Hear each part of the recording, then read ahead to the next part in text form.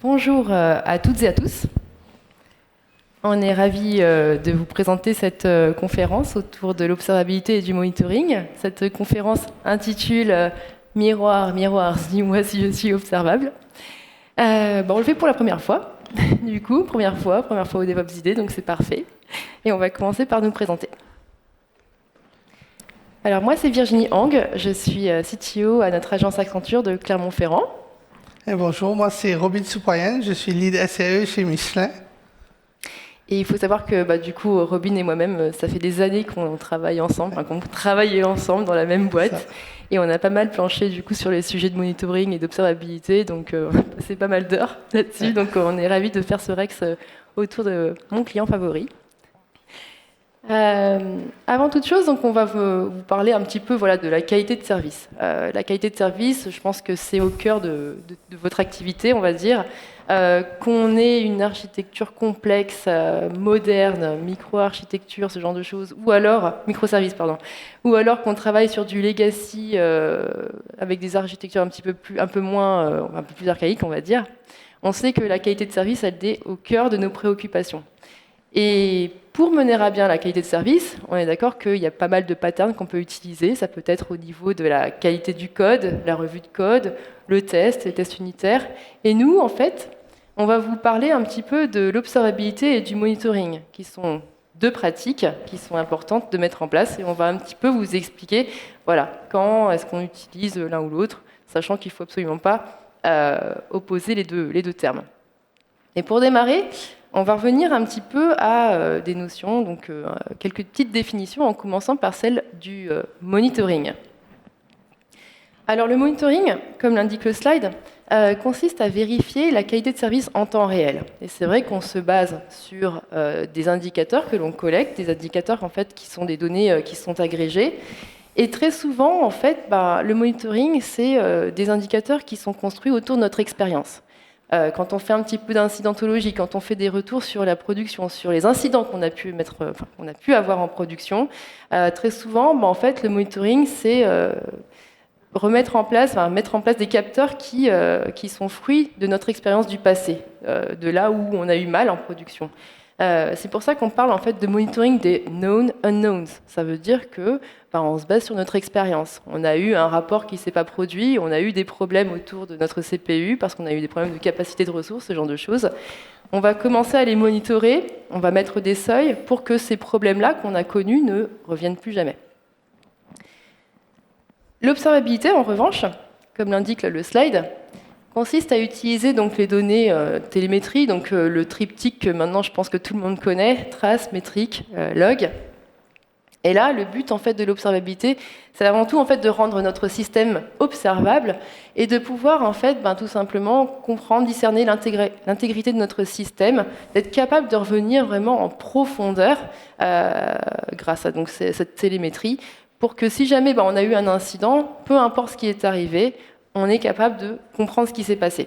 C'est pour ça qu'en fait, on va parler des known unknowns. Ça veut dire que peu importe ce qui s'est passé, je ne vais pas essayer de le prédire, et mon système étant observable, je vais être capable de revenir sur ce qui s'est passé et de pouvoir l'expliquer et le troubleshooter.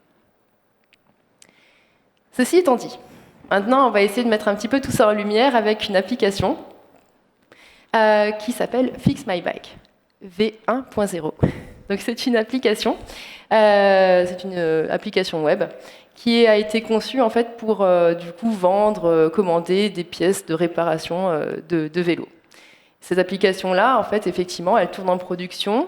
C'est une application qui est monolithe, avec une architecture, on va dire, relativement simple, puisqu'on voit qu'on a une interface utilisateur, on a une base de données avec des API qui font des appels à ces bases de données. Rien de très très compliqué, on va dire, sur le papier. Application hébergée sur des serveurs on-prem, un nombre fixe d'utilisateurs, parce que on est un petit peu aux prémices, donc les utilisateurs, ça n'a pas encore vraiment explosé, mais on en a quand même quelques-uns.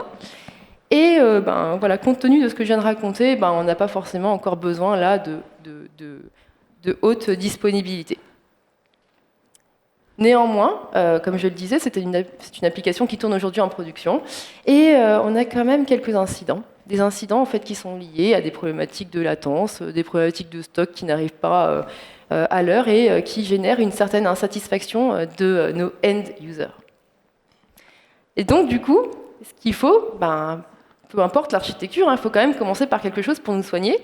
Et nous, ce qu'on s'est dit, c'est que on va mettre en place en fait ce monitoring. Le but étant de pouvoir amener une certaine qualité de service. Et le monitoring va être une des solutions qu'on va mettre en place. C'est assez simple à mettre en place, alors allons-y.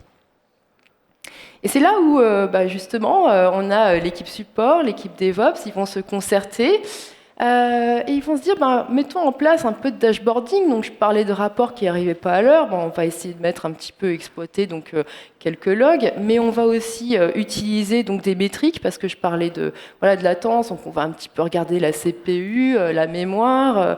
Du serveur qui héberge l'application, mais aussi la CPU, la mémoire, les file systems, tout ce qui, en tout cas, est utilisé pour faire fonctionner notre application, les différentes fonctions. Donc des métriques, des logs et pas de traces. Alors pas de traces, pourquoi ? Parce qu'à ce stade, en fait, on est avec une équipe de développeurs qui, il faut le dire, n'est pas forcément sensibilisée sur l'élaboration de traces. Et puis de toute façon, à ce moment-là, à cette époque-là, on va dire que l'équipe n'était pas équipée d'outils qui permettent d'exploiter ces traces-là. Donc c'est la stratégie. Et j'ai bien le petit coup de baguette magique, là, comme on peut le voir à l'écran. Ce dashboard est fait en fait sans réelle méthodologie. On le fait un petit peu au doigt mouillé, puis on se dit, tiens, de toute façon, ça suffit, je vais avoir tout ce qu'il faut. Et je pense qu'il y a pas mal de personnes qui peuvent se reconnaître là-dedans, parce que c'est, je pense, un peu, quand on n'a pas vraiment de méthodologie, on part un peu comme ça. Et on va voir ce que ça donne. Et puis en plus, on met en place des alertes en automatique. On se dit, tant qu'à faire, on va essayer d'être proactif, essayer de réduire notre mean time to repair, et puis on croise les doigts. Et le succès sera-t-il au rendez-vous ? Quelles sont les premières conclusions une fois qu'on a mis ces dashboards et ces alertes automatiques en production ? On peut se douter que forcément, ça ne se passe pas bien, sinon ce serait terminé. Bien sûr, en fait, on a toujours autant d'incidents. On a même une augmentation des alertes. Forcément, on les a mises en place un petit peu, comme je le disais, au doigt mouillé, sans trop réfléchir. Mais on a des alertes, tellement d'alertes en fait, qu'on a même des enveloppes qu'on ne décachette pas. On n'a même pas le temps de les traiter. Puis ça génère énormément de frustration, cette alerte fatigue. Et puis en plus, dans ces alertes-là, quand les dashboards en plus sont des indicateurs qui sont rouges, une grosse partie, c'est quand même des faux positifs. Donc là, on a complètement loupé le coche. Alors, je récapitule. On a essayé de mettre en place un dashboard, et en plus, ça nous a coûté du temps, et en plus, on s'est planté. On a toujours autant d'incidents. On a généré ce que j'appelle donc l'alerte fatigue, et en plus, on a généré de faux positifs. Donc, on s'est royalement planté, on peut le dire ainsi. Alors, l'heure est au plan B. On ne va pas en rester là. Donc, si on prend un petit peu de hauteur, là, donc, a priori, on y a été, on va dire un petit peu comme des manches, sans aucune méthodologie. Et là, l'heure est en fait justement à mettre en place une méthodologie. Et une des méthodologies, en tout cas, que moi je préconise et qui fait partie aussi de ma propre expérience, c'est d'appliquer la méthode FMIE. Alors, qu'est-ce que c'est que la méthode FMIE pour ceux qui ne la connaissent pas ? FMIE signifie, en fait, c'est en anglais, donc Failure Mode and Effect Analysis. La méthode FMIE, en fait, quand on l'applique, ça veut dire qu'on vient tout simplement décortiquer une application, on revient sur toutes les fonctionnalités, on revient sur tous les business process, c'est-à-dire le besoin métier, et on essaye de bien décortiquer, séquencer, qu'est-ce qu'on fait, on reçoit un rapport, qu'est-ce qu'on en fait, comment est-ce qu'on l'intègre, etc., etc. Et en fait, on va lister tous ces événements-là. Et ensuite, une fois que ça c'est fait, on va essayer d'identifier les mécanismes de défaillance. Donc en fait, une analyse FMIE, ça se fait avec des développeurs, donc l'équipe projet build, le support, et bien évidemment les DevOps, toute l'équipe projet, on va dire. Et en fait, une fois que ça a été décortiqué, on va essayer de calculer donc un score RPN, ce qui signifie le Risk Priority Number. C'est le produit de la sévérité de l'événement, donc sa criticité, l'impact business lié à cet événement. La probabilité, c'est en fait ce qu'on ni plus ni moins que la fréquence de l'échec de l'événement. Est-ce que cet événement a tendance à failer en production ou au contraire, non, on est sur un événement qui est robuste? Et puis, le dernier facteur, c'est la détection. La probabilité que l'événement, en fait, ne sera pas détecté, c'est-à-dire, en gros, est-ce que je log ou pas? Une fois qu'on a fait le produit de ces 3 facteurs, en fait, on a le score RPN. Comment on l'utilise, en fait, concrètement? Ça nous permet tout simplement de prioriser. Si je n'ai pas de log sur un événement impactant, forcément, du coup, son score RPN va être élevé et on va pouvoir, du coup, demander au build de créer cette log. Donc, c'est un petit peu le même paradigme que le test, en fait. Quand on s'y prend, on se dit, bah voilà, en fait, est-ce que je peux tout tester? Bien évidemment, on ne peut pas tout tester. Mais on essaye justement d'avoir une bonne couverture de test basée sur l'impact de ce que je suis en train de tester. Le monitoring, c'est en fait la même chose. On ne peut pas tout loguer, on ne peut pas demander à nos builds de faire des logs dans tous les sens, mais par contre, si effectivement on s'y est pris un petit peu comme des manches et qu'on a une dette technique à régler, autant essayer de le faire en priorisant un maximum et donc d'avoir ces scores RPN. Et comment est-ce qu'on les utilise? C'est que forcément, les événements qui ont un fort score, on va pouvoir essayer de développer des logs pour pouvoir après appliquer le monitoring qui va bien et pourquoi pas même l'alarming qui nous permettra de détecter l'événement qui serait en panne et de réduire notre mean time to repair, le MTTR. Donc voilà, quels sont les bénéfices du FMIA? Vous l'aurez compris, c'est une meilleure maîtrise des logs, donc être capable de prioriser nos logs, de revenir avec nos arguments pour ensuite aller prioriser cette log et en faire la demande auprès du build et améliorer notre proactivité, parce que comme je disais tout à l'heure, on avait une alerte fatigue, souvenez-vous. Donc là, en fait, on va être capable de générer les bonnes alertes parce qu'on connaît les mécanismes de défaillance et on va pouvoir ensuite faire, pourquoi pas, des incidents en automatique. Alors une fois qu'on a appliqué cette méthode FMIA, ça ne se fait pas en 2 heures. Faut savoir que ça se fait en concertation de toute l'équipe projet. Et une fois que c'est fait, une fois qu'on a clarifié ce qu'on voulait loguer, bien évidemment, on va venir enrichir les dashboards existants et tout simplement augmenter la couverture du monitoring. Et donc augmenter la couverture de nos known unknowns. Et concrètement, qu'est-ce que ça donne?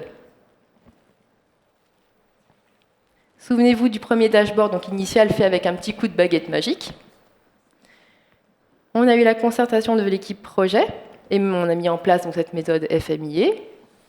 Et ça a donné naissance à un dashboard beaucoup plus conséquent, certes, parce que le monitoring, sa couverture a été accrue, mais également beaucoup plus pertinent. Alors en termes de recettes en fait, de ce monitoring, de ce dashboarding, on a plus de métriques, parce qu'encore une fois, pour rappel, on a analysé les mécanismes de défaillance et donc du coup, on a été chercher d'autres métriques qu'on a agrégées pour essayer de comprendre et détecter en avance de phase les potentiels mécanismes de défaillance. On a augmenté les logs, puisque souvenez-vous, on a été voir le build et on leur a demandé de construire de nouvelles logs, mais on n'est toujours pas sur les traces en fait. Et quelque part, c'est une stratégie volontaire. On a mis l'accent sur le développement de logs, on a mis l'accent sur la méthodologie FMIA. On comprend beaucoup mieux le besoin métier, on connaît très bien notre infrastructure, ça devrait suffire. Et le bilan, en fait, est finalement positif, dans la mesure où, effectivement, avec le temps, on a réussi à définir le nombre d'incidents. On a su améliorer notre MTTR, parce que là, on a vraiment appliqué cette méthodologie qui nous permet de mettre en place en fait, un alerting beaucoup plus pertinent. Et forcément, on a diminué les faux positifs. On a arrêté d'alerter sur des choses qui ne servaient à rien, avec des seuils complètement mal calculés. À toi, Robin. Bon, moi, je vais continuer un peu l'histoire de notre fameuse application Fix My Bike. Et là, on est dans la version 2.0. Alors, qu'est-ce qui a changé? Et bien sûr, notre application a évolué parce que le marché, ça évolue et les demandes deviennent de plus en plus conséquentes. Du coup, on est obligé de faire évoluer l'application pour pouvoir après couvrir le besoin du marché. Du coup, ce qu'on a fait, on a rajouté encore plus de fonctionnalités. On s'est dit, maintenant, on doit être assez rapide et on doit pouvoir respecter les délais. Du coup, on a rajouté la gestion des commandes de stock en automatique. On a rajouté la gestion franchise. On a rajouté même les promesses sur la livraison. Bref, on a rajouté pas mal de fonctionnalités. Et bien sûr, puisqu'on devient de plus en plus populaire, du coup, le nombre d'utilisateurs augmente. Alors, la question se pose sur l'infra. Est-ce que l'infra il est capable de supporter toutes ces fonctionnalités et ce nombre d'utilisateurs? Du coup, on peut passer notre temps à augmenter les ressources et finalement, on se retrouve avec le coût d'infra qui flambe, qui coûte trop cher. Du coup, ce qu'on a fait, dans notre cas, on a suivi un peu la mode d'un move to cloud. Et on s'est dit, voilà, on va containeriser l'application et on va le mettre dans un Docker et on va le mettre sous orchestrateur, comme un orchestrateur de Kubernetes. Et comme ça, on diminue le coût d'infra et on a beaucoup plus la possibilité au niveau de scalabilité. Comme ça, on a plus ce problème. Mais sauf que, là, finalement, on demande aussi, notre application a besoin d'avoir une autre disponibilité, puisque le nombre d'utilisateurs augmente. On ne peut pas accepter que l'application il plante alors qu'on est en train de recevoir les commandes de Black Friday, par exemple. Alors, qu'en est-il de la qualité de service? Et voilà, on se retrouve avec des business qui commencent à nous mettre la pression pour nous dire que, en fait, l'application, là, on va avoir plusieurs business. On va avoir un business qui, lui, il est responsable de la prise de commande. Il va venir vers nous, il va nous dire, en fait, pour moi, ce qui est beaucoup plus critique, c'est la prise de commande. Parce que si on n'a pas de commande, ça ne vaut même pas la peine de bosser parce qu'on n'a pas de boulot. Et on va avoir un autre, lui, qui dit, mais non, en fait, pour moi, c'est la promesse, la livraison est beaucoup plus importante. Parce que si on ne livre pas à temps, comme on avait promis, si le gars qui devrait partir en vacances, il n'a pas son vélo, c'est que finalement, au niveau de review, on va être très mauvais. Finalement, qu'est-ce qui est plus important? Du coup, comment est-ce qu'on y prend? Ce qu'on va faire, c'est on va utiliser l'approche du SRE par rapport à l'observabilité. Et c'est une approche que j'aime bien, j'aime très bien et qui est évidente d'ailleurs. C'est quoi? Je vous donne quelques définitions pour ceux qui ne sont pas à l'aise avec SRE. SRE veut dire Site Reliability Engineering, qui est une méthodologie visant à améliorer la fiabilité des services. En gros, on s'assure que le service qui est en production soit fiable. Et que s'il n'est pas fiable, on met en place des méthodes pour que ce service soit fiable. Et c'est souvent les services qu'on a identifiés en tant qui est critique. Et ce qu'on va faire, on va mesurer ces choses-là, on va mettre en place des SLI, les Service Level Indicator, qui est une mesure directe du comportement d'un service. Du coup, là, on est vraiment sur des calculs. On va calculer un service et voir comment ce service se comporte pendant une période de temps. Et tous ensemble, avec le business, le support, tout le monde, on va définir nos objectifs, nos SLO, Service Level Objectifs, pour dire que, en fait, il faut que si on veut que la prise de commande soit hautement disponible, soit fiable, il faut qu'on atteigne un objectif. L'objectif qui est défini autour d'une table, et il ne faut pas qu'on soit en dessous de cet objectif.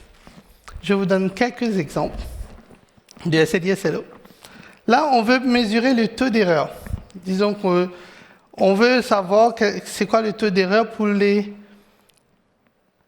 la prise des rendez-vous. On dit que un statut qui est valide pour nous, c'est un statut qui a un code 201. Et ce qu'on va faire, c'est qu'on va mesurer la proportion des statuts du code 201 avec la totalité, avec les services qu'on considère, les statuts qu'on considère comme étant bons.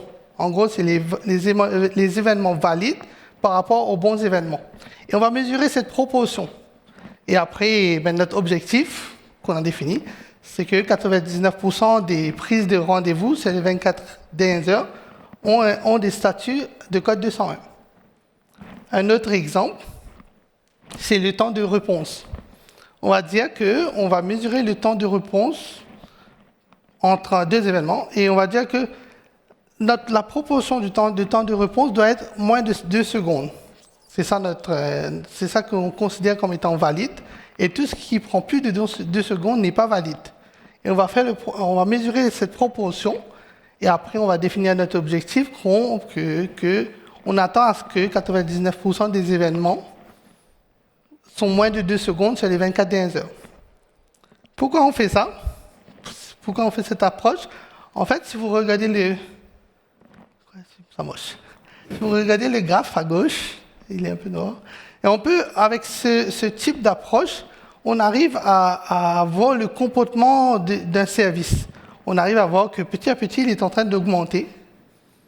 Et si on regarde à droite, c'est un peu le monitoring classique, que c'est des choses qu'on a du mal à capter. Par exemple, si on a mis un mécanisme au niveau des pods pour dire que, voilà, s'il commence à saturer la mémoire, tu redémarres. Et ça, c'est la consommation mémoire du pod qui est reliée au service. Voilà.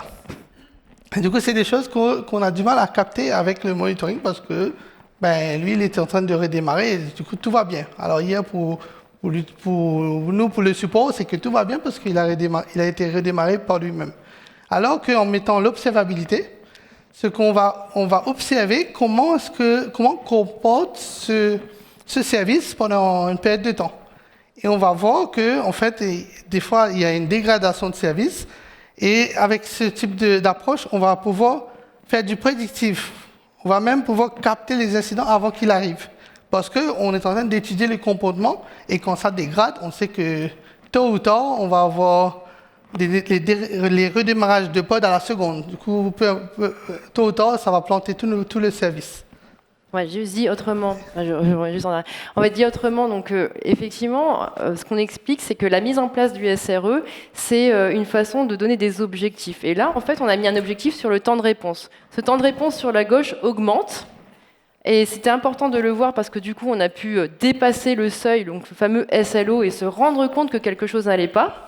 Alors qu'en fait, sur la droite, si on avait un monitoring classique où on observait juste la consommation mémoire du pod, et qu'on avait de la chance, et qu'on mettait là où il y a les flèches roses, par exemple, et se dire, bon ben voilà, on a quelque chose mesuré, mais qui est en dessous d'un seuil hard-codé, au final, on se dit, tout va bien. Mais on n'aurait pas forcément, on serait peut-être passé complètement à côté du fait que, effectivement, le pod est en mode restart, parce que, effectivement, on a dépassé donc, la limite allouée à ce pod en termes de mémoire, et donc du coup, on est en mode restart. C'est normal, c'est le fonctionnement du Kubernetes qu'il y a derrière. Mais par contre, c'était important de l'attraper et c'est la mise en place du SRE qui permet d'attraper ce type de comportement. Voilà. Dit autrement. C'est quelques exemples qu'on vous a donnés autour de l'observabilité qu'on peut mettre en place. Je ne sais pas si vous avez fait, mais nous, en tant que SRE, on a ce qu'on appelle le SLI menu. C'est très pratique d'ailleurs. C'est une liste qui n'est pas exhaustive, bien sûr, qui nous donne des indicateurs qu'on peut mettre en place pour mesurer les services. On peut mesurer la latence, les freshness des données. Enfin bref, il y a toute une liste qu'on peut mettre en place pour vraiment mesurer le service. Donc en résumé, là on en a terminé pour, on va dire, la version Fix My Bike monolithe, même si elle a été modernisée. On veut juste en fait mettre un petit break là sur cette partie-là pour dire que on a démarré sur du monitoring. Effectivement, au démarrage, on n'avait pas forcément de méthodologie, mais en amenant de la méthodologie, en amenant le FMIA, en amenant le SRE, on s'est soigné.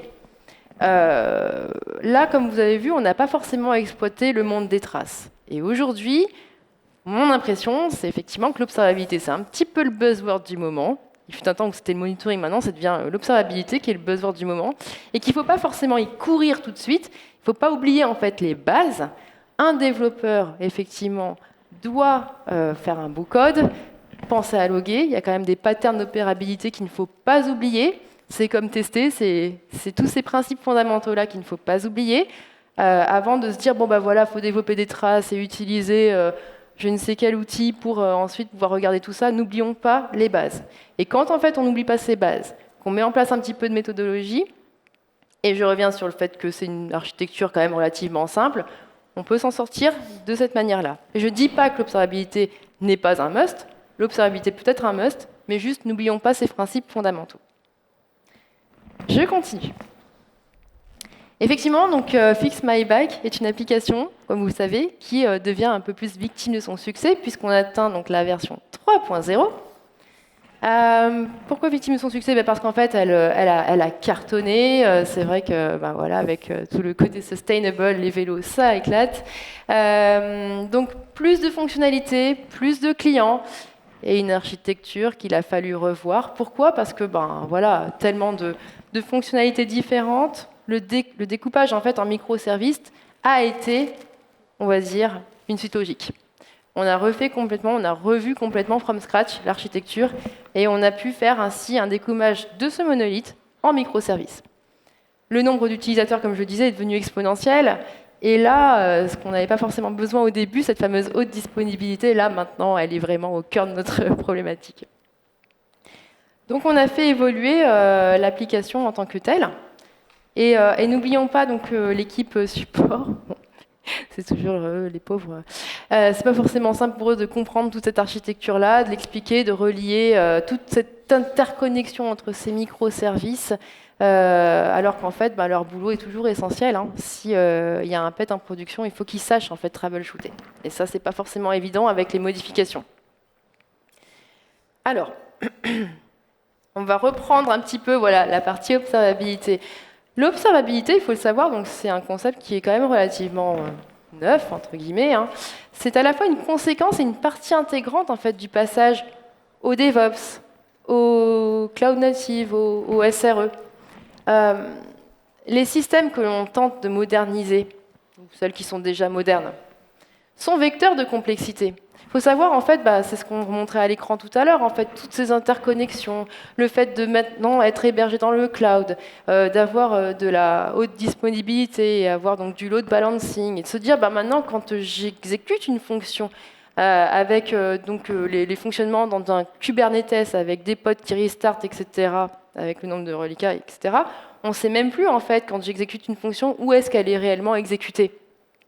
Et ça, c'est un problème parce qu'en fait, ça devient beaucoup plus difficile à prévoir, à détecter et donc à troubleshooter que, effectivement, avant, quand on avait une architecture qui était tout simplement type legacy sur un serveur on-prem. Et si j'avais un souci, je passais en mode SSH, je regardais mes logs, etc. Parce que je savais que de toute façon, c'était exécuté là. Maintenant, quand on a modernisé tout ça, c'est beaucoup plus compliqué. Et là, en fait, dans ce cas de figure, j'ai envie de dire que l'observabilité, c'est plus une option, c'est même obligatoire. Et donc, du coup, c'est là où l'équipe de build, en fait, effectivement, s'est dit, on va mettre l'accent maintenant sur l'élaboration des traces. On va mettre en place, en fait, de l'OpenTelemetry, et on va y revenir juste après. Donc, on va revenir un petit peu sur les définitions, hein, si vous le voulez bien. Donc, en fait, les traces, ce sont, comme vous le voyez à l'écran, hein, donc c'est en fait un séquencement d'opérations, d'accord, qui émanent, en fait, d'une requête d'un utilisateur. Et les spans, ce sont en fait ces opérations logiques, d'accord. Ça peut être par exemple un appel à une fonction. Et le but, c'est de pouvoir en fait analyser maintenant tout ça. Et comme on le voit à l'écran, donc le développeur va utiliser donc OpenTelemetry. OpenTelemetry, donc c'est un projet open source qui fournit des outils, des SDK, des API, des librairies qui nous permettent maintenant de collecter tout ça, de collecter les traces, de collecter les logs, de collecter les métriques qui sortent en fait de nos services, nos applications. Allez, c'est parti pour la démo. Allez. Voilà, pour notre démo, on a mis en place un petit schéma architecture. Vous imaginez bien qu'on est en local, on n'est pas en prod, on ne va pas faire des tests en prod. Et notre prod, c'est ce PC-là. Et on espère qu'il ne va pas planter, parce que après, on a un PC backup, mais est-ce que le PC backup fonctionne? Ça, je ne sais pas. Pour vous expliquer un peu, on a nos microservices qui est là, qu'on va, au niveau de chacune de nos microservices, on va rajouter le OpenTelemetry et agents, les agents OpenTelemetry qui vont pouvoir tracer toutes les différentes fonctions au niveau de nos microservices. Et ces agents, ils vont envoyer les traces vers un hotel collector, qui est le OpenTelemetry Collector, que lui va exposer vers le PronScale. Et après, on a Yaga, qui est un outil open source, qui est très puissant, et qui va nous permettre de visualiser les traces de OpenTelemetry. Et après, bien sûr, Grafana, lui, il va se sourcer de Yager, il va recevoir les traces. Et après, pourquoi PromScale? PromScale nous permet de sauvegarder les requêtes SQL, c'est du PromScale SQL, sur une base TimescaleDB, qui est du PostgreSQL, et qui nous permet d'avoir une rétention de données un peu plus longue. Et nous, on s'est amusé aussi, on a rajouté aussi les logs, en utilisant Loki. Et les métriques, là, avec Prometheus, on récupère tous les métriques de nos containers, qui est les containers qui tournent sous le Docker qu'on a mis en place.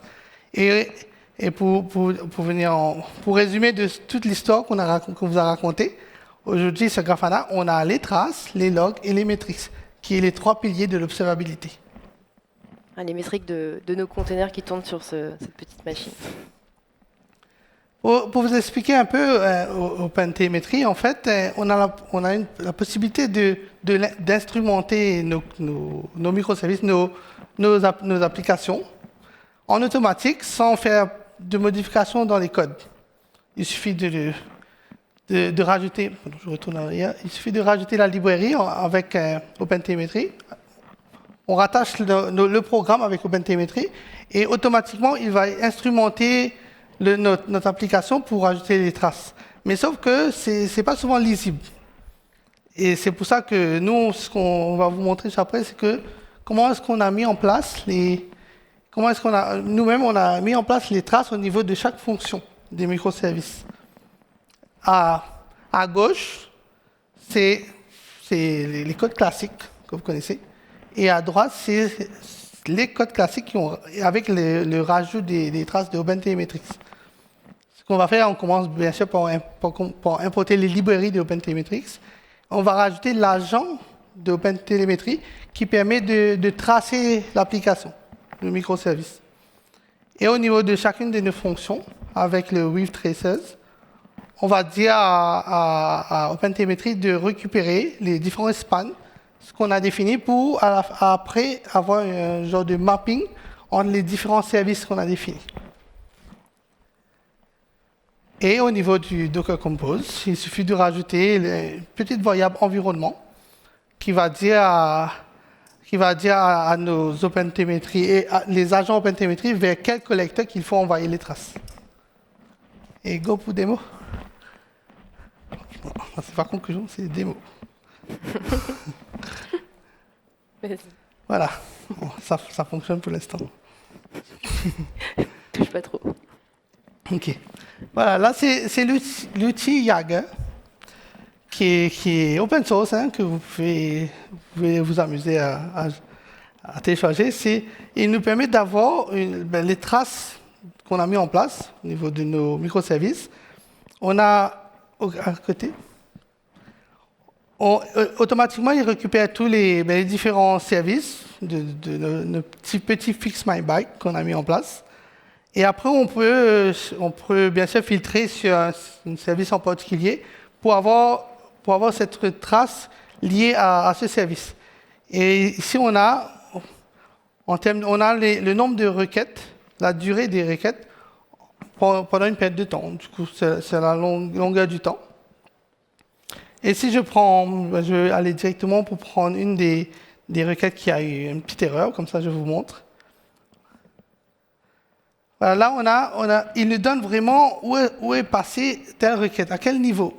Chaque niveau que la requête est passée, quand l'utilisateur a exécuté quelque chose, ça nous montre directement à travers de chaque fonction qu'il est passé et le temps qu'il a pris au niveau de chaque fonction.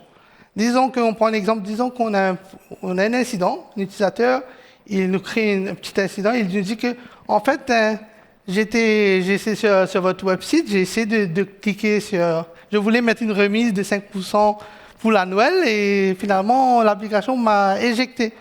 Alors comment est-ce qu'on sait exactement qu'est-ce qui s'est passé parce que l'application l'a éjecté. Du coup, avec ce niveau de traçabilité, on a la possibilité d'aller, après on regarde en détail, alors qu'est-ce qui s'est passé? Il a essayé de mettre une remise, on va essayer de regarder un peu plus en détail. Voilà, ici on a une petite erreur au niveau du spécial.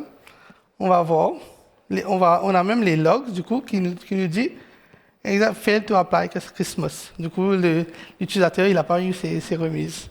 On a cette possibilité, le niveau de trace, il est tellement du coup, bien détaillé qu'on peut facilement situer où est le problème de l'utilisateur. Et ça évite de passer des heures et des heures à essayer de trouver un problème, alors qu'on a toutes les traces qui nous disent exactement où est le problème. Yes, bon, bah, je continue du coup avec la partie Grafana.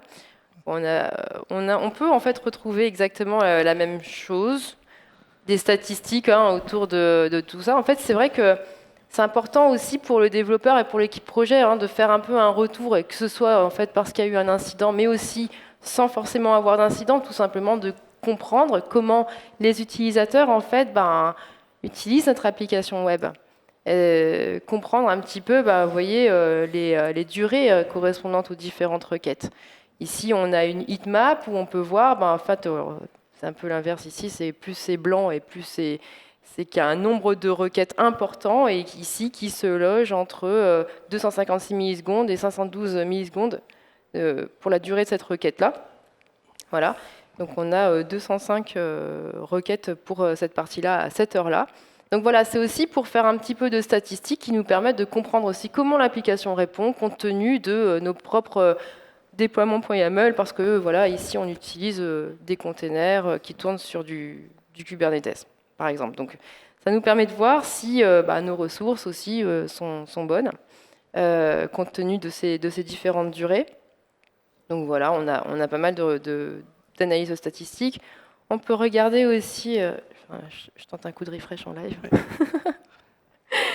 Bon, bref, on regarde en fait le nombre de requêtes qu'on peut avoir par seconde.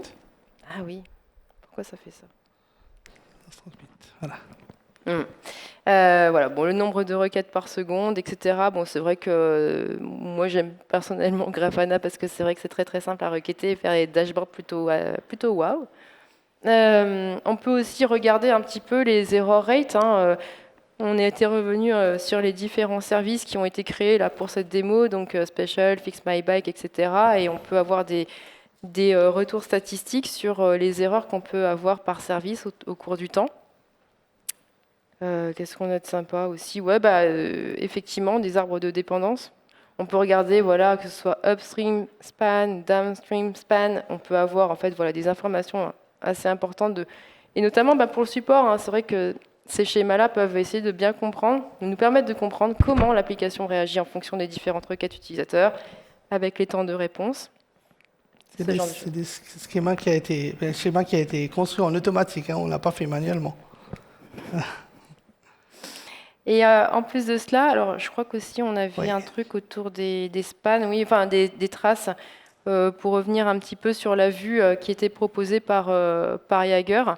En fait, on peut avoir exactement le même type de vue aussi sur Grafana, juste pour vous dire que mon petit chouchou Grafana peut vraiment avoir ce même type de vue et avoir vraiment une concentration de tout ça, avec les add-ons du coup Tempo et Loki pour récupérer traces, métriques et logs. Voilà, donc c'est juste un petit peu la même chose. Et puis du coup, on revient aussi sur le fait que sur le schéma architectural, on avait aussi un Prometheus. En fait, on a un container qui s'appelle CAdvisor. C'est un container qui permet de récupérer les métriques des containers. Et donc du coup, de la même manière, avec Grafana, on peut aller récupérer avec Prometheus donc les ressources utilisées par ces containers qui tournent sur cette machine, et regarder CPU, mémoire, etc., etc. Et effectivement, là, dans le contexte d'un incident, on peut être capable de superposer en fait tous les graphes, traces, logs, métriques de ce type pour essayer de comprendre après, faire du troubleshoot ou de se dire, voilà, en fait, faire de la dichotomie et se dire, c'est pas ça, c'est pas ça, ah oui, là, c'est ça, et puis d'avoir en fait toutes les informations intéressantes en un seul endroit. J'ai oublié quelque chose? Je pense que tu as couvert plus, on va laisser aux questions. Non, il y a une conclusion. Il y a la conclusion. Moi, je termine. Alors, en guise de conclusion, en fait, on voulait un petit peu vous exposer notre expérience autour du monitoring et de l'observabilité. On ne veut surtout pas opposer les deux concepts, d'accord? Je dirais même qu'ils sont très complémentaires. C'est juste que pour venir à ma première conclusion autour du monolithe et de se dire, bah voilà, en fait, il y a des choses que l'on peut faire autour du monitoring, autour de la méthodologie que l'on peut appliquer. On ne veut pas non plus opposer architecture moderne microservice versus monolithe et de se dire que si c'est l'un cas, on met du monitoring et l'autre cas, on met de l'observabilité. C'est faux, parce qu'on peut très bien aussi avoir des architectures legacy vieilles, archaïques et extrêmement complexes. Donc au contraire. Donc n'oublions pas en fait les principes de base, hein, logon, traçons, n'oublions pas tous ces patterns d'opérabilité. Et puis ensuite, on peut s'éclater à faire de superbes choses avec les outils qu'on a pu vous présenter. Voilà, donc ce n'était pas une présentation qui était forcément axée sur tous les outils. Peut-être qu'à une prochaine session, on aura le temps d'en expérimenter d'autres. Et puis on espère que cette présentation vous a plu. Et si vous avez des questions, n'hésitez pas. Merci.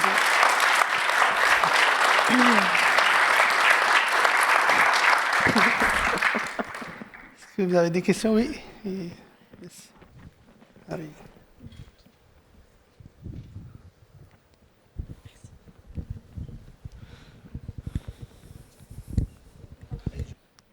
C'est bon.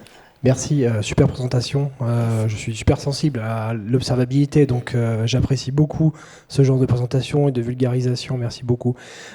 Dans, disons, mon job de tous les jours, un des freins à l'observabilité que je rencontre le plus souvent, c'est pas trop les outils en soi, mais c'est plutôt toute la culture nécessaire et surtout la partie formation à l'observabilité, toute la base statistique qu'il y a derrière, la théorie du sampling, comment designer correctement des bons dashboards, quand mettre en place des contrôles limites et ce genre de choses. Et je trouve que la barrière est extrêmement haute pour mettre en place une vraie solution d'observabilité. Qu'est-ce que vous en pensez? Est-ce que vous avez aussi ce genre de problème tous les jours? En fait, c'est ça un peu le fashion d'aujourd'hui, c'est l'approche du SRE. Qu'est-ce qu'on fait? On commence plutôt par identifier les critical user journey. C'est qu'est-ce qui est critique pour l'utilisateur. En fait, on regarde, par exemple, là, on avait pris des exemples de prise de commande. On identifie qu'est-ce qui est critique et par rapport à ce qui est critique, c'est là qu'on va essayer de mettre en place du monitoring et de l'observabilité. On va vraiment mesurer ça parce que finalement, s'il y a une fonctionnalité en particulier qui ne fonctionne plus, c'est que l'impact, il est grave, il est financier, il est grave. C'est pour ça qu'il est important que si on commence par ce qui est critique, après petit à petit, on peut étendre vers tout le monde. Et voilà. Mais après, c'est vrai que moi, je me reconnais vraiment dans ce que tu dis parce que c'est pas une mince affaire. Hein. En fait, c'est du vécu, hein, tout ce qui a été écrit là. Et il y a une timeline très importante. D'accord? Donc, pour la constitution des dashboards, déjà, première chose, hein, c'est vrai qu'on s'est tous rués vers des dashboards où on exploitait du Nagios. Et on regardait juste les CPU, puis on était content, on pensait avoir fait le taf. En fait, pas du tout. Il y a eu aussi l'aide, on n'en parle pas vraiment, mais de tout ce qui est UX designer, pour comprendre comment est-ce qu'on constitue un dashboard pour qu'il soit aussi simple à lire, etc. Et puis, cette culture, et ça on le verra, hein, tout ce qui est culture du changement, dire au support, lever la tête, arrêter de... il faut forcément résoudre puisqu'on dit toujours prod first, mais prenez un peu de votre temps pour justement faire cette incidentologie, amener de l'innovation et même vous acculturer et monter en compétences parce que on parle beaucoup de legacy, on essaye de moderniser toutes ces applications-là et il faut prendre le temps aussi de connaître son infrastructure. Donc tout ça, ça prend du temps et je comprends ce que tu vis. Par contre, il ne faut pas les lâcher. Pas le lâcher. Il faut leur dire prenez du temps pour vous acculturer et être proche d'eux. Merci pour la présentation. Je rebondis juste sur ce que tu viens de dire. Tu parles du support, tu as montré des super dashboards. Est-ce que quand on part d'une équipe qui a un service support et peu de monitoring, peu d'observabilité, on peut les envoyer sur des dashboards de ce type-là? Est-ce qu'ils vont, à ton avis, savoir se les approprier, en tirer les conséquences et faire redescendre les informations? Ou est-ce que ça doit être une équipe vraiment SRE qui est un petit peu séparée d'une équipe support? Je donne mon élément de réponse, après tu peux donner le tien en tant que SRE. Mais en fait, bizarrement, le support, il ne faut surtout pas les écarter. En fait. Quand on fait un dashboard, on leur demande tout simplement ce qu'ils vont voir, parce que je reviens sur la notion de known, unknowns. C'est eux qui savent en fait qu'est-ce qui pète, et c'est C'est eux qui savent exactement ce qu'il faut monitorer. Donc du coup, on le constitue avec eux. Et puis bizarrement, en fait, ils aiment voir les choses techniques. Enfin, en tout cas, moi de mon expérience, ils me disent ouais, mais moi je veux voir ma CPU, je veux voir ci, je veux voir ça. Et en fait, c'est plutôt mais est-ce que c'est vraiment ta responsabilité de le voir? C'est plus aussi une réponse que je leur dis parce que on veut voir de la CPU, on veut voir des plans batch. Bon, peut-être oui, il y a certaines choses. En fait, il faut vraiment constituer un RACI, mais ils aiment ça, la technicité. Enfin, dans les équipes avec lesquelles j'ai travaillé, ils aiment ça. Donc au contraire, faut leur amener aussi ce skilling-là. Et puis surtout pas les écarter dans la constitution du dashboard. Je te rejoins un peu. En fait, c'est ça. Souvent, on construit des dashboards, l'équipe de build, sans mettre en valeur le support. En fait, finalement, quand on construit des dashboards, c'est pour la personne qui va l'utiliser. Du coup, c'est mieux de le construire avec lui. Comme ça, lui, il a approprié ses dashboards et lui, il sait, puisqu'il fait du support, il sait quels sont les indicateurs qu'il a besoin pour l'aider à faire son boulot finalement. C'est pour ça, un peu, voilà, le truc de SEO aujourd'hui, c'est qu'on essaie de regrouper le support et le build. On coupe le pont qu'il y avait entre les deux pour pouvoir maintenant construire ensemble qu'on a besoin de mettre en place du monitoring et l'observabilité. Voilà. Il y a d'autres questions? Bon, merci, je crois qu'on est à 30. Du coup. Merci beaucoup. Merci.